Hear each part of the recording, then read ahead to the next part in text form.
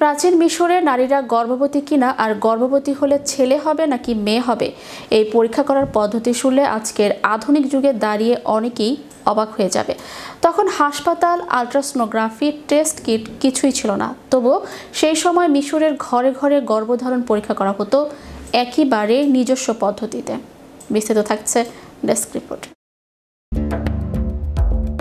প্রাচীন মিশরে নারীরা গর্ভবতী কিনা আর গর্ভবতী হলে ছেলে হবে নাকি মেয়ে হবে এই পরীক্ষা করার পদ্ধতি শুনলে আজকের আধুনিক যুগে দাঁড়িয়ে অনেকেই অবাক হয়ে যাবে।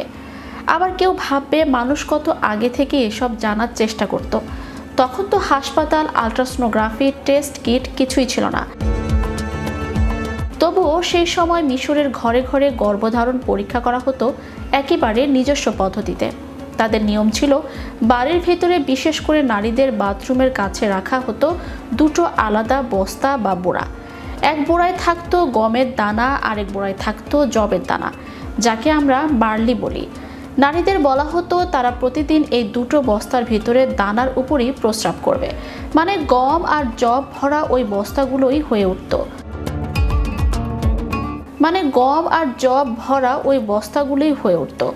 তাদের গর্ভধারণ পরীক্ষার মূল মাধ্যম। এরপর কয়েকদিন ধরে দেখা হতো এই দুটো বস্তার ভেতর কি পরিবর্তন হলো। নিয়ম ছিল খুব সোজা, যদি কোনো বস্তায় রাখা শস্যদানা অঙ্কুরিত হতে শুরু করে, মানে যদি সেখান থেকে ছোট্ট সবুজ চারা বেরিয়ে আসে, তবে ধরে নেওয়া হতো সেই নারী গর্ভবতী।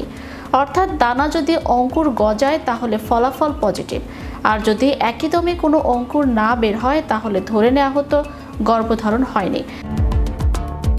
কিন্তু বিষয়টা এখানে গিয়েই থামতো না। তারা শুধু গর্ভ হয়েছে কিনা তাই দেখে সন্তুষ্ট থাকতো না, আরও এক ধাপ এগিয়ে সন্তানের লিঙ্গ নিয়েও একটা অনুমান করে ফেলত। তাদের বিশ্বাস ছিল, যদি আগে অঙ্কুর বের হয় যবের বস্তা থেকে তাহলে গর্ভে আছে ছেলে শিশু, আর যদি গম রাখা বস্তা থেকে আগে অঙ্কুর বের হয় তাহলে বুঝতে হবে গর্ভে আছে মেয়ে। মানে কোনো দানা আগে অঙ্কুরিত হলে এই সামান্য পার্থক্যের উপরে নির্ভর করত তাদের চোখে সন্তানের লিঙ্গের ভবিষ্যৎবাণী। আজ আমরা জানি এই পদ্ধতিটা ৩৫০০ বছরেরও বেশি পুরনো। এতটাই প্রাচীন যে সেটা কল্পনা করতেও একটু সময় লাগে। তখনকার মানুষ, তাদের জ্ঞান, তাদের পরিবেশ সব কিছুই ছিল সম্পূর্ণ ভিন্ন। তবুও তারা নিজেদের মতো করে এভাবে গর্ভধারণ আর সন্তানের লিঙ্গ জানার চেষ্টা করত। এখনকার বৈজ্ঞানিক যুগে দাঁড়িয়ে কেউ এই গল্প শুনে ভাবতে পারে এটা কি কোনো বৈজ্ঞানিক পদ্ধতি ছিল, নাকি কেবলই প্রাচীনকালের এক ধরনের অন্ধবিশ্বাস। চ্যানেল ইউরোপ বিনোদন ডেস্ক।